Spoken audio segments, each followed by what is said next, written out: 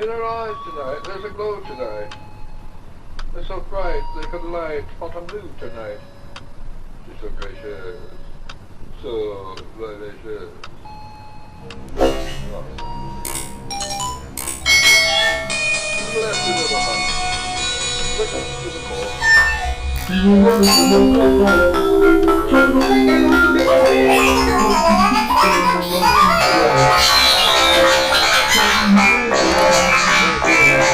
When everyone you have ever loved is finally gone, when everything you have ever wanted is finally done with, when all of your nightmares are for a time obscured as by a shining brainless beacon, or a blinding eclipse of the many terrible shapes of this world,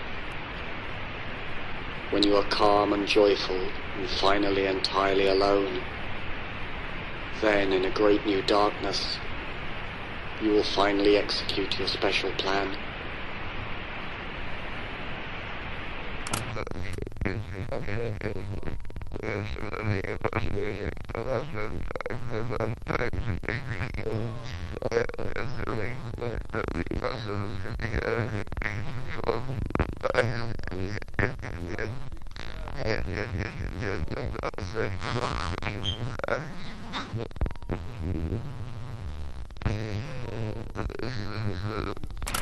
One needs to have a plan, someone said, who was turned away into the shadows, and who I had believed was sleeping or dead.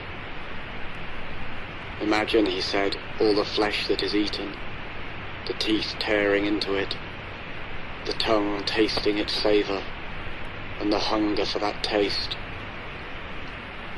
Now take away that flesh, he said. Take away the teeth and the tongue, the taste and the hunger. Take away everything as it is. That was my plan, my own special plan for this world. I listened to these words, and yet I did not wonder if this creature whom I had thought sleeping or dead would ever approach his vision, even in his deepest dreams, or his most lasting death. Because I had heard of such plans, such visions, and I knew they did not see far enough.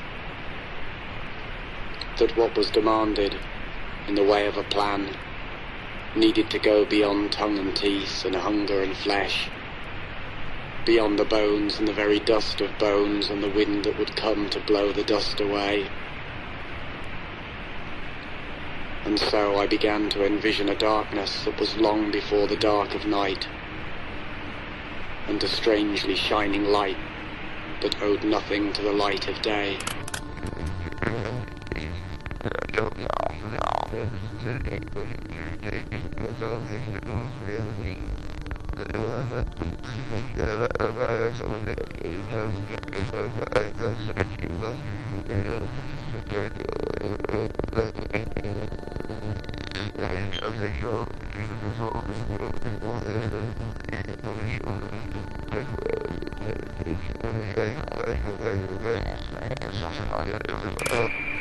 That day may seem like other days. Once more we feel the tiny-legged trepidations. Once more we are mangled by a great grinding fear. But that day will have no others after. No more worlds like this will follow. Because I have a plan. A very special plan. No more worlds like this. No more days like that.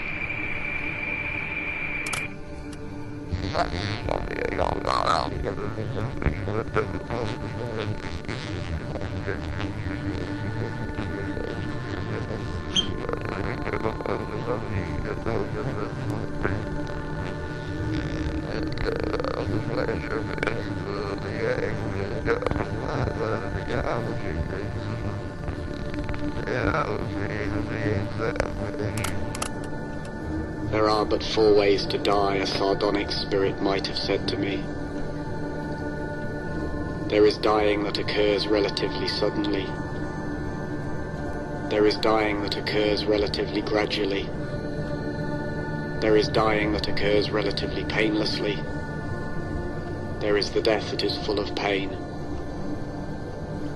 Thus, by various means they are combined, the sudden and the gradual, the painless and the painful, to yield but 4 ways to die, and there are no others. Even after the voice stopped speaking, I listened for it to speak again. After hours and days and years had passed, I listened for some further words. Yet all I heard were the faintest echoes reminding me, there are no others. There are no others. Was it then that I began to conceive for this world a special plan?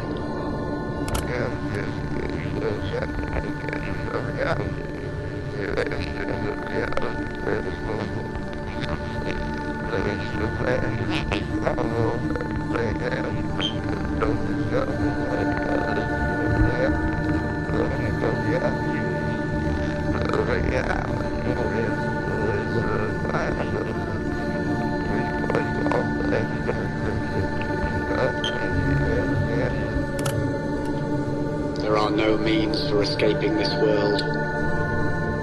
It penetrates even into your sleep, and is its substance.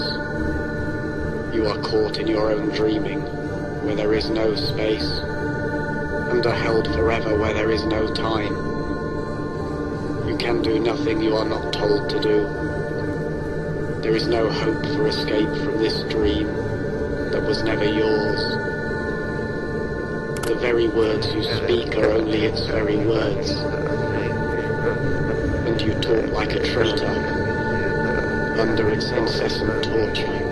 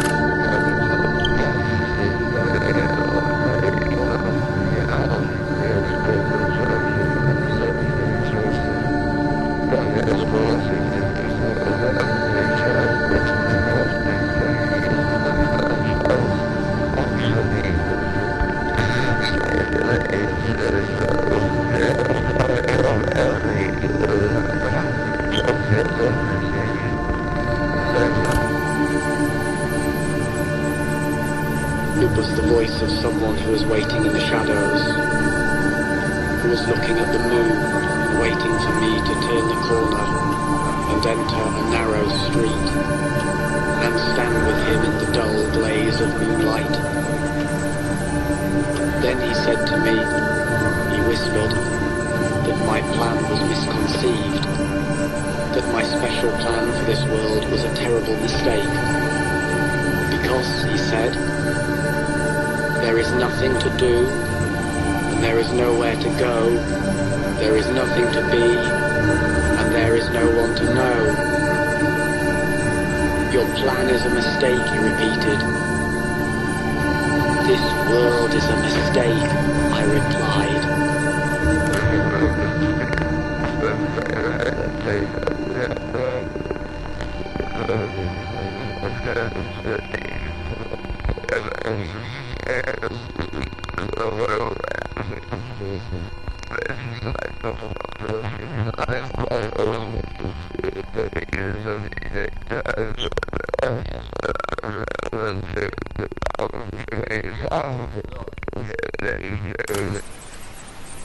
The children always followed him when they saw him hopping by.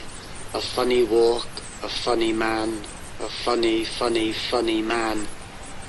He made them laugh sometimes. He made them laugh, oh yes he did, he did, he did, he did, he did. Oh how he made them roll. One day he took them to a place he knew, a special place, and told them things about this world, this funny, funny, funny world, which made them laugh sometimes. He made them laugh, oh yes he did, he did, he did, he did, he did. Oh how he made them roll. Then the funny little man who made them laugh, sometimes he did, revealed to them his special plan, his very special funny plan, knowing they would understand and maybe laugh sometimes. He made them laugh, oh yes he did, he did, he did, he did, he did. Their eyes grew wide beneath their lids, and how he made them roll.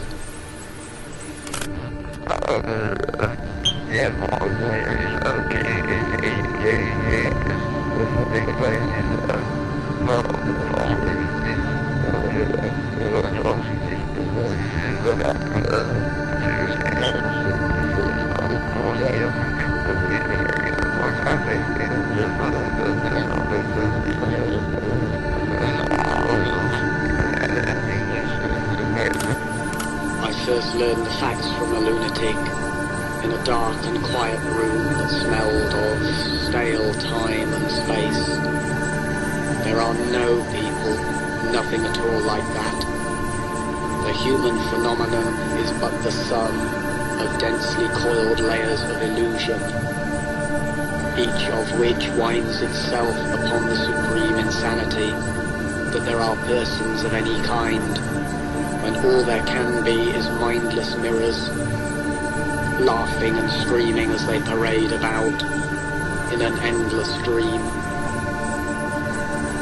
But when I asked the lunatic what it was that saw itself within these mirrors as they marched endlessly in stale time and space, he only rocked and smiled. Then he laughed and screamed, and in his black and empty eyes I saw for a moment, as in a mirror, a formless shade of divinity in flight from its stale infinity of time and space, and the worst of all of this world's dreams, my special plan for the laughter and the screams.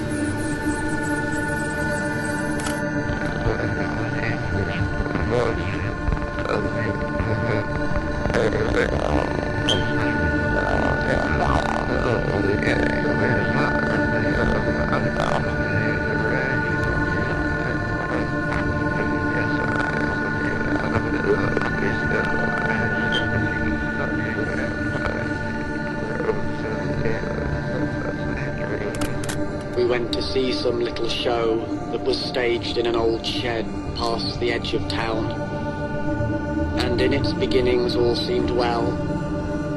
The miniature curtained stage glowed in the darkness, while those dolls bounced along on their strings before our eyes, and in its beginnings all seemed well. But then there came a subtle turning point which some had noticed, and I was one, who quietly left the show though I did not, because I could see where things were going, as the antics of those dolls grew strange, and the fragile strings grew taut, with the tiny pullings of tiny limbs. The others around me became appalled and turned away and abandoned the show that was staged in an old shed past the edge of town. But I wanted to witness what could never be. I wanted to see what could not be seen. The moment of consummate disaster, when puppets turned to face the puppet master.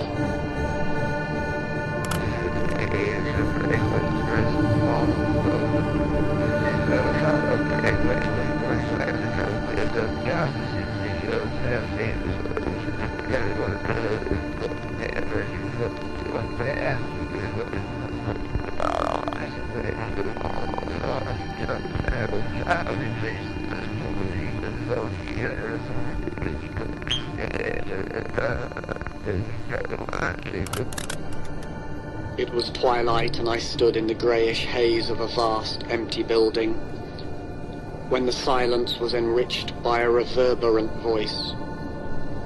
All the things of this world, it said, are of but one essence, for which there are no words. This is the greater part, which has no beginning or end, and the one essence of this world, for which there can be no words, is but all the things of this world. This is the lesser part, which had a beginning and shall have an end, and for which words were conceived solely to speak of. The tiny broken beings of this world, it said, the beginnings and endings of this world, it said, for which words were conceived solely to speak of. Now remove these words, and what remains, it asked me, as I stood in the twilight of that vast empty building. But I did not answer.